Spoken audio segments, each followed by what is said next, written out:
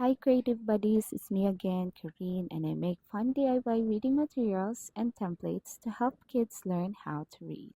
For this activity, I only use white folder, ruler, pencil, scratch papers, scissors, marker, and round fasteners. It's very budget friendly and easy to prepare at home or in the classroom. I made one set for the consonant letters and a separate set for the word family.